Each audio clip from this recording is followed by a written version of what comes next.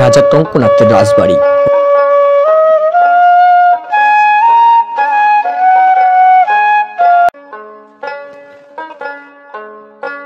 রাজা টঙ্কনাথের রাজবাড়ি 1900 খ্রিস্টাব্দের প্রথম দিকে মালদুয়ার পরগনার অন্তর্গত ছিল, যা বর্তমান বাংলাদেশের ঠাকুরগাঁও সদর উপজেলা হতে 40 কিলোমিটার দূরে রানীশঙ্কল উপজেলায় অবস্থিত।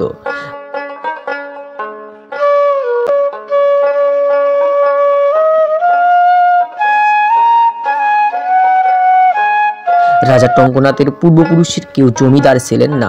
বর্তমানে রানীশঙ্কল উপজেলার সদর হতে 7 কিলোমিটার পূর্বে কাটিহার নামক জায়গায় গোয়ালা বংশীয় নিঃসন্তান এক জমিদার বাস করতেন। উক্ত জমিদারের মন্দির সেবায়েত হিসেবে কাজ করতেন টঙ্কনাথের পিতা বুদ্ধিনাথ। গোয়ালা জমিদার ভারতের কাশী যাওয়ার সময় তম্রপাতে দলিল করে যান যে তিনি ফিরে না এলে মন্দিরের সেবায়েত বুদ্ধিনাথ জমিদার মালিক হবেন।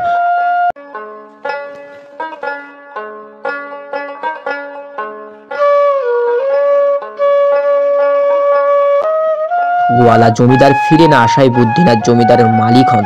তবে অনেকে মনে করেন এই ঘটনা বুদ্ধিনাথের 2-1 পুরুষ পূর্বেরও হতে পারে।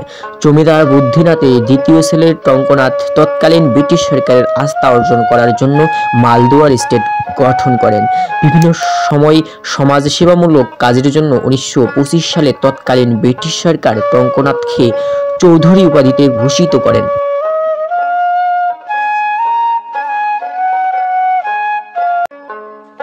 পরবর্তীতে দিনাজপুর মহারাজা গিরেন্দ্রনাথ রায়ের বশত্ব স্বীকার করে রাজা উপাধি পান। পরে রাজা টঙ্কনাথের স্ত্রী রানী শঙ্করী দেবীর নাম অনুসারে মালদুয়ার স্টেটের নামকরণ করা হয় রানীশঙ্কল।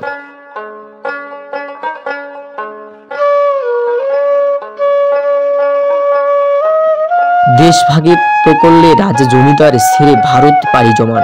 এক মধ্য দিয়েই মালদুয়ার স্টেট রাজা টঙ্কনাথ চৌধুরী জমিদার পরস্পরের সমাপ্তি ঘটে।